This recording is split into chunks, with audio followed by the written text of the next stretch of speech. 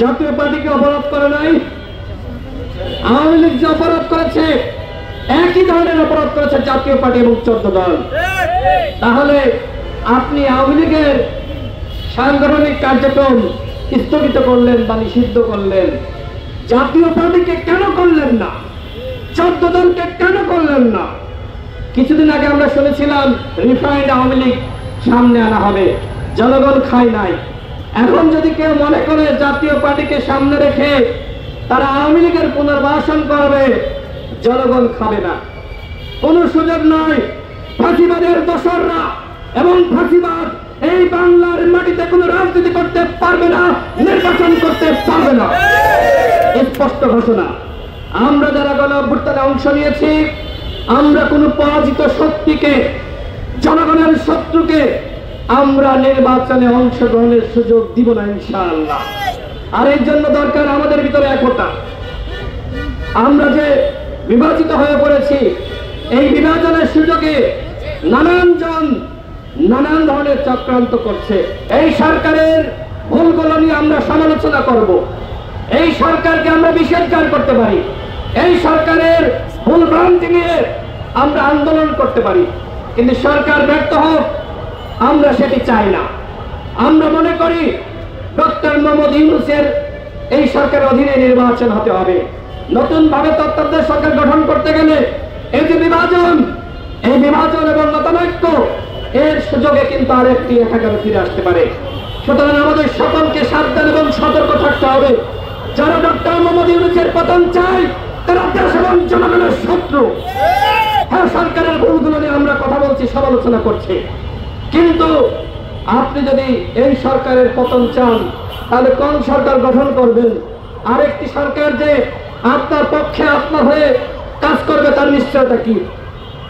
সরকার হয়তো আমাদের প্রত্যাশা শতভাগ পূরণ করতে পারে নাই, কিন্তু পরিবর্তন কিছু তো হয়েছে। যেমন এখন ক্রস ফায়ার নাই, গুম নাই, এখন হেফাজতে মৃত্যু নাই, এখন আমরা কথা বলতে পারছি, সরকারের সমালোচনা করতে পারছি, এরকম বিভিন্ন পরিবর্তন হয়েছে। কিন্তু আমাদের আরো বেশি প্রত্যাশা ছিল যে সরকার আমাদের প্রত্যাশার শতভাগ পূরণ করতে পারবে, সেইটা হয়তো হয়নি, কিন্তু কিছু কিছু পরিবর্তন হয়েছে। সর্বশেষ বলবো, নুরুল আক্তারের উপর হামলা হয়েছে, আমাদের শতাধিক নেতাকর্মী আক্রান্ত হয়েছে। আমাদের দলের পক্ষ থেকে বলেছে অবশ্যই এই ঘটনার দায় নিয়ে স্বরাষ্ট্র উপদেষ্টাকে পদত্যাগ করতে হবে এবং অন্তর্বর্তীকালীন সরকারের বিশেষ সহকারী, আমি শুনতে পাচ্ছি এই বিশেষ সহকারী খোদাবক্ত চৌধুরী, তিনি আইজিপি এবং স্বরাষ্ট্র উপদেষ্টা, তারা জানতেন যে নুরুল আক্তারের উপর হামলা করা হচ্ছে। তাদের নির্দেশনার বাইরে নুরুল আক্তারকে আক্রান্ত করা হয়নি, রক্তাক্ত করা হয়নি। সুতরাং এই ঘটনার দায় নিয়ে অবশ্যই স্বরাষ্ট্র উপদেষ্টাকে পদত্যাগ করতে হবে। এবং খোদাবক্ত চৌধুরী তিনি এখনো পর্যন্ত চুপ আছে। আমি প্রধান উপদেষ্টাকে বলবো, আপনার যতটুকু ক্ষতি করার এই খোদাবক্ত চৌধুরী করছে। এর আগে আমরা দেখেছি যে একজন আইজিপিকে সরিয়ে দেওয়া হলো, বিএনপি কমিশনারকে সরিয়ে দেওয়া হলো, এরপরে কি হয়েছে? আইন শৃঙ্খলা পরিস্থিতির কোনো উন্নয়ন করতে পেরেছেন? তাহলে পরিবর্তনটা করে লাভটা কি হলো? কোনো লাভ তো হয়নি, কোনো লাভ হয় নাই।